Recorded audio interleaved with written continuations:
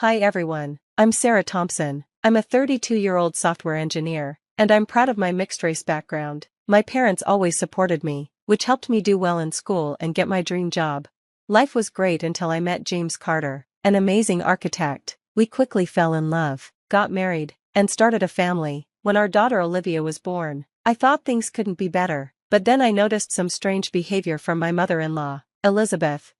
Elizabeth is well known in our neighborhood for hosting fancy parties and socializing with important people. However, the way she treated Olivia bothered me. She often pointed out that Olivia wasn't talking as much as her cousins did at that age. I would remind her that every child develops at their own pace and that Olivia is perfect just as she is. Still, Elizabeth kept making comments, especially at family gatherings, comparing Olivia to her other grandkids, which made me feel uneasy.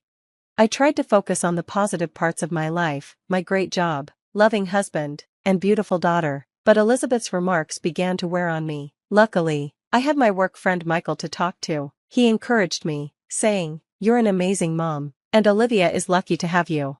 I wished James could see how Elizabeth's comments were affecting me. As time passed, I felt that Elizabeth's behavior was more than just innocent comments. There was something uncomfortable about it. During lunch with Michael, I shared my concerns. I asked him if I was overreacting or if there really was something wrong with how Elizabeth treated Olivia. He thought for a moment and suggested that there might be some prejudice behind her comments. I had tried to talk to James about it, but he always defended his mom, saying I was being too sensitive. Michael reassured me, saying I wasn't alone and to not let anyone make me doubt myself or Olivia. His support helped, but I felt a conflict brewing. Elizabeth's comments were becoming more common, and I started to see a pattern. I wondered how I could address this issue without causing family drama. As I tucked Olivia into bed that night and looked at her peaceful face, I felt torn. I promised myself that I would always protect Olivia from anyone who tried to make her feel less than the amazing girl she is, even if that person was her own grandmother. As Olivia's third birthday approached, Elizabeth's comments about her development became impossible to ignore. At a family barbecue celebrating Olivia's birthday, I overheard a conversation that made my blood boil. Elizabeth was talking to my sister-in-law, saying, "It's such a shame about little Olivia. She's just not as quick as the other kids her age." I suppose it's to be expected, given Sarah's background. I froze, nearly dropping the plate of cupcakes in my hands. Anger surged within me, and I marched over to confront her. "What exactly do you mean by that, Elizabeth?" I demanded. She looked surprised, which only fueled my anger. "Oh, Sarah, I was just expressing concern for Olivia's well-being. You know how important early development is." "No, you weren't. You were implying that my daughter is slow because of my race. How dare you?" Just then, James came over, sensing the tension. "What's going on here?" he asked. I told him, "Your mother thinks Olivia is developmentally delayed because of my background. Can you believe that?" James looked uncomfortable, caught between us. "Mom, I'm sure you didn't mean it like that." "Sarah, let's not make a scene at Olivia's party." I couldn't believe my ears. "Make a scene? Your mother just insulted our daughter and me, and you're worried about making a scene?" The argument escalated, with Elizabeth denying any bad intentions and James trying to play peacemaker. In the end, I stormed off, feeling completely alone and unsupported. The next day at work, I was still shaken from the confrontation when I received another blow. My big project, which I had been working on for months, was a mess. As I investigated, I realized someone had deliberately sabotaged my work. I confided in my friend Michael, saying, "I think Amanda messed with my project files." Michael looked concerned. "That's a serious accusation. Sarah, are you sure? Do the timestamps on the corrupted files match her login times? It can't be a coincidence. You need to report this to HR, he advised. Then he asked, "Speaking of standing up for yourself, how are things at home after the party incident?" I sighed heavily. James is still playing peacemaker. James didn't want to upset his mother or me, but by trying to please everyone, he was failing to support his own wife and daughter. Michael leaned in, looking serious. "Sarah, you can't let this slide, at work or at home. You need to stand up for yourself and Olivia." His words resonated with me. That evening, I decided to confront James. "We need to talk about what happened at the party," I said as soon as he walked in. James sighed. "Can't we just move past it? Mom didn't mean any harm." "No, we can't. Your mother implied our daughter is slow because of my race. How are you okay with that?" "She's just old-fashioned, Sarah. She doesn't understand." I cut him off. "Stop making excuses for her. Our daughter deserves better. I want Olivia to get tested for any developmental issues. James looked surprised. Tested? But there's nothing wrong with her. Exactly. I want to prove your mother wrong once and for all. After a heated discussion, James reluctantly agreed. That night, as I lay in bed, my mind raced with thoughts of work drama and family tension. I knew the road ahead would be tough, but I was determined to fight for myself and my daughter. No one, not even my mother-in-law, would make us feel inferior again. When the test results arrived, I could hardly contain my excitement. I rushed to share the news with James as soon as he got home. James, you won't believe this. Olivia's results are in, and she's not just developing normally, she's gifted in several areas. James's eyes widened in surprise. Really? That's amazing. I could see the realization dawning on him as I continued. The psychologist said her problem-solving skills are off the charts, and her language development is well above average for her age. I had no idea, James mumbled, genuinely shocked. Now do you see what I've been saying about your mother's prejudice? She's been wrong about Olivia this whole time. James nodded slowly. I'm sorry I didn't believe you sooner. We need to tell Mom about this. But when we shared the news with Elizabeth, her reaction was not what we hoped for. Well, I'm sure those tests can be quite unreliable, she scoffed. Perhaps you should get a second opinion from a more reputable source. I couldn't believe my ears. Are you serious? You've been criticizing Olivia's development for years, and now that we have proof she's gifted, you're claiming the tests are wrong? James finally stepped in. Mom, that's enough. These are professional results, and we trust them. Elizabeth's face turned sour. I'm just looking out for my granddaughter. If you two want to live in denial, that's your choice, I said, feeling fed up. You know what? Let's settle this once and for all. We'll all take a DNA test, including you, Elizabeth. Then we'll see if my background is really the issue here. The tension in the room was thick, and James looked uncomfortable but nodded in agreement. Elizabeth, caught off guard, reluctantly agreed, probably thinking she had nothing to lose. While we waited for the DNA test results, I focused on my work, determined to expose Amanda's sabotage. Michael and I spent late nights gathering evidence, going through system logs and file histories. One evening, I pointed at my screen and said, "Look at this. Amanda accessed my project files at 2 a.m., way outside of work hours." Michael leaned in, nodding. "That's definitely suspicious. We've got her now, Sarah."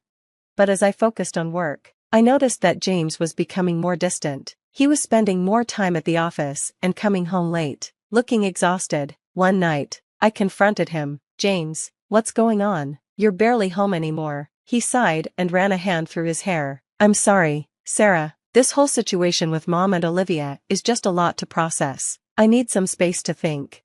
"Space? James, I need your support now more than ever. We're supposed to be a team." I know. I just need time." As James pulled away, I started to rely more on Michael for support. We would grab coffee after work, and I'd vent about my frustrations. "I just don't understand, Michael. Why can't James see how toxic his mother's behavior is?" Michael placed a comforting hand on mine. "He's caught between two worlds, Sarah. It's not easy for him, but that doesn't excuse his behavior. You deserve better." I felt a warmth in my chest at his words, a feeling I hadn't experienced in a long time. "Thanks, Michael. I don't know what I'd do without you right now." As the days passed, waiting for the DNA results felt like an eternity. The tension at home was unbearable, with James barely speaking to me and Olivia picking up on the stress. I threw myself into work and my friendship with Michael, trying to stay strong for what was to come. Little did I know, the results would change everything. The day the DNA results arrived, I felt a mix of anxiety and hope. "If you two want to live in denial, that's your choice," I said, feeling fed up. "Let's settle this once and for all. We'll all take a DNA test, including you, Elizabeth. Then we'll see if my background is really the issue." The tension in the room was thick. James looked uncomfortable but nodded in agreement. Elizabeth, caught off guard, reluctantly agreed, probably thinking she had nothing to lose. While we waited for the DNA test results, I focused on work, determined to expose Amanda's sabotage. Michael and I spent late nights gathering evidence, going through system logs and file histories. One evening, I pointed at my screen and said, "Look at this. Amanda accessed my project files at 2 a.m., way outside of work hours." Michael leaned in and nodded. "That's definitely suspicious. We've got her now, Sarah." But as I worked, I noticed James becoming more distant. He was spending more time at the office and coming home late, looking exhausted. One night, I confronted him. "James, what's going on? You're barely home anymore." He sighed and ran a hand through his hair. "I'm sorry, Sarah. This whole situation with Mom and Olivia is just a lot to process. I need some space to think." "Space? James, I need your support now more than ever. We're supposed to be a team." I know. I just need time." As James pulled away, I found myself relying more on Michael for support. We would grab coffee after work, and I'd vent about my frustrations. "I just don't understand, Michael. Why can't James see how toxic his mother's behavior is?" Michael placed a comforting hand on mine. "He's caught between two worlds, Sarah. It's not easy for him, but that doesn't excuse his behavior. You deserve better." I felt warmth in my chest at his words, a feeling I hadn't had in a long time. "Thanks, Michael. I don't know what I'd do without you right now." As the days passed, waiting for the DNA results felt like an eternity. The tension at home was unbearable, with James barely speaking to me and Olivia picking up on the stress. I threw myself into work and my friendship with Michael, trying to stay strong for what was to come. Little did I know, the results would change everything. The day the DNA results arrived, I felt a mix of anxiety and hope.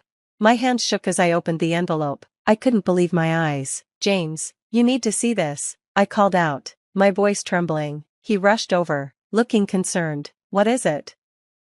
"Your mother has mixed heritage, including ancestors from my background." James's jaw dropped. That's impossible." But it was true. Elizabeth, the woman who had criticized my heritage for years, shared the very ancestry she despised.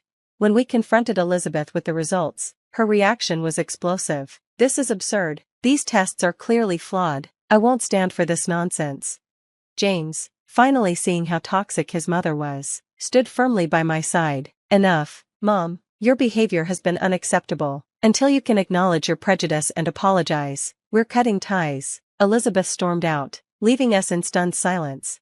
Meanwhile, at work, things were coming to a head with Amanda. I presented my evidence to HR, and within days, she was dismissed. "You did it, Sarah," Michael said, giving me a high five. "Justice served."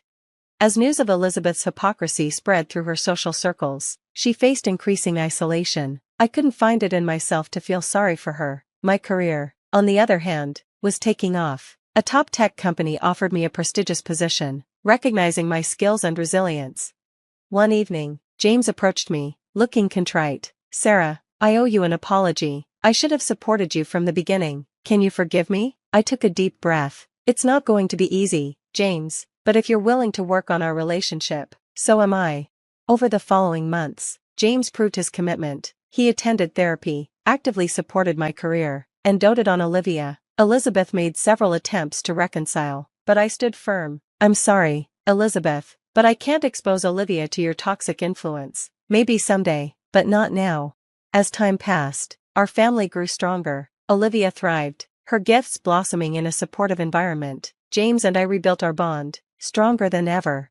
One sunny afternoon, as we watched Olivia play in the park, James squeezed my hand. "Thank you for fighting for our family, Sarah. I'm so proud of you." I smiled, feeling truly content. We fought for it together, and in the end, that's what matters. Looking at my beautiful mixed-race daughter and my supportive husband, I knew we had overcome the worst. Our future was bright, filled with love and acceptance, free from the shadows of prejudice that had once threatened to tear us apart.